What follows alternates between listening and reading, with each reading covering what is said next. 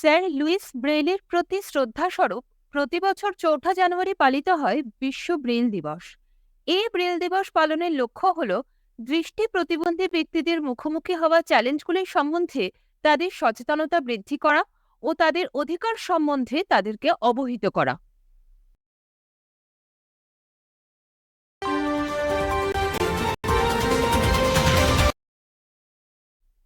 ডেনমার্কের রানী দ্বিতীয় ম্যাগ্রেথ তার নববর্ষের ভাষণে বলেছিলেন যে তিনি তার পুত্র ক্রাউন প্রিন্স ফ্রেডেরিককে সিংহাসন ছেড়ে দেবার জন্য 52 বছর পর পদত্যাগ করবেন 14ই জানুয়ারিতে। প্রসঙ্গত উল্লেখ্য, তার পিতা রাজা নবম ফ্রেডেরিকের মৃত্যুর পর 31 বছর বয়সে এই দিনেই তিনি সিংহাসনে আরোহণ করেছিলেন।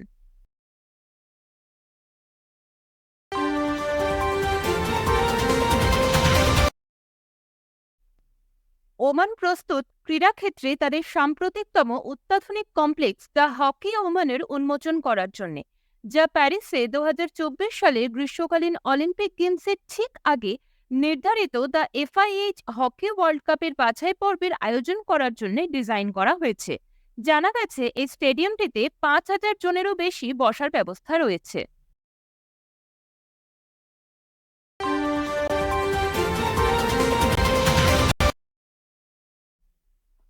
ফ্রান্স প্যারিস 2024 অলিম্পিক ও প্যারালিম্পিকের জন্য সম্পূর্ণ ডিজিটাল শেনজেন ভিসা প্রবর্তনকারী প্রথম ইউরোপীয় ইউনিয়নের সদস্য হয়ে উঠেছে। 1 জানুয়ারি 2024 থেকে নতুন চালু হওয়া অলিম্পিক কনসুলেট সিস্টেমটি ফ্রান্স ভিসা পোর্টালের মাধ্যমে কাজ করে প্রায় 16,000 আন্তর্জাতিক ক্রীড়াবিদদের আবেদন প্রক্রিয়াকে সুগম করেছে।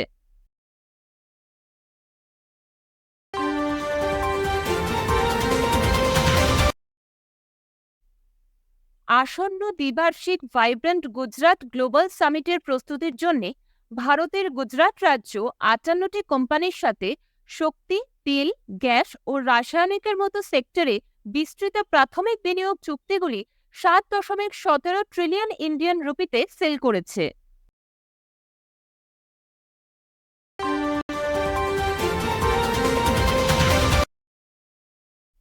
প্রধানমন্ত্রী নরেন্দ্র মোদী লাক্ষাদ্বীপে তার সফরের সময় 1,156 কোটি টাকার প্রকল্পের উদ্বোধন করেন, যে প্রকল্পের মাধ্যমে কোচি থেকে লাক্ষাদ্বীপপুঞ্জে সাবমেরিন অপটিক্যাল ফাইবার কেবল সংযোগ করা হবে, যা দ্বীপগুলিতে 100 জিবিপিএস ইন্টারনেট সংযোগ প্রদান করবে।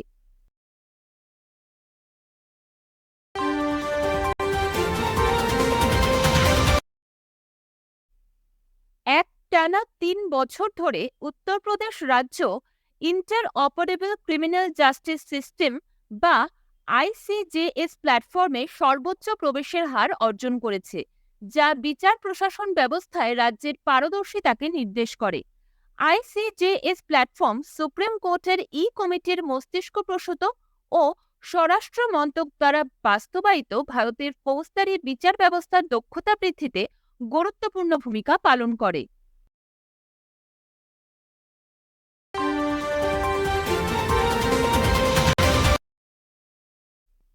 রণধীর জয়সওয়াল আনুষ্ঠানিকভাবে অরিন্দম বাগচির কাছ থেকে বিদেশ মন্ত্রকের অফিসিয়াল স্পোকপারসন হিসেবে দায়িত্ব গ্রহণ করতে চলেছেন। অরিন্দম বাগচি বর্তমানে জেনেভাতে জাতিসংঘ ও অন্যান্য আন্তর্জাতিক সংস্থাগুলিতে ভারতের স্থায়ী প্রতিনিধি হিসেবে নিযুক্ত হয়েছেন।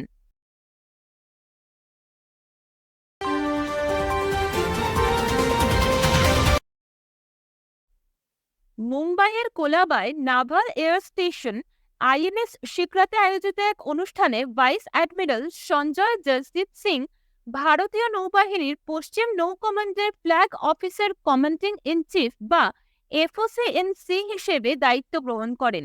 এই দায়িত্ব গ্রহণের আগে তিনি নয়াদিল্লিতে নৌ সদর দপ্তরে নৌবাহিনীর ভাইস চিফের পদে অধিষ্ঠিত ছিলেন।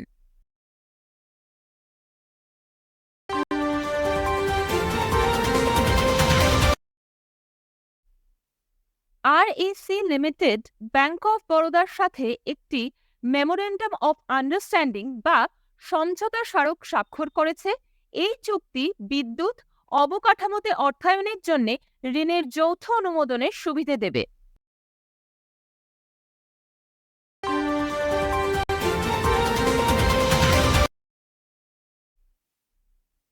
Vibrant Gujarat global investors summit বা বিজিজিএস এর 10th এডিশন গান্ধীনগরে 10 জানুয়ারি 2024 থেকে 12 জানুয়ারি 2024 এর মধ্যে অনুষ্ঠিত হতে চলেছে। এই অনুষ্ঠানের থিম হল গেটওয়ে টু দ্য ফিউচার। এই অনুষ্ঠানে প্রধান অতিথি হিসেবে থাকবেন চেক প্রধানমন্ত্রী।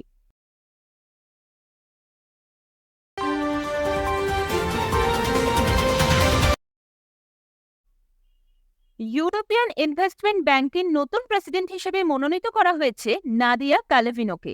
তিনি ইইউ ব্যাংকের 8ম প্রেসিডেন্ট, প্রথম মহিলা ও প্রথম স্প্যানিয়ার্ড যিনি এই পদ গ্রহণ করেছেন।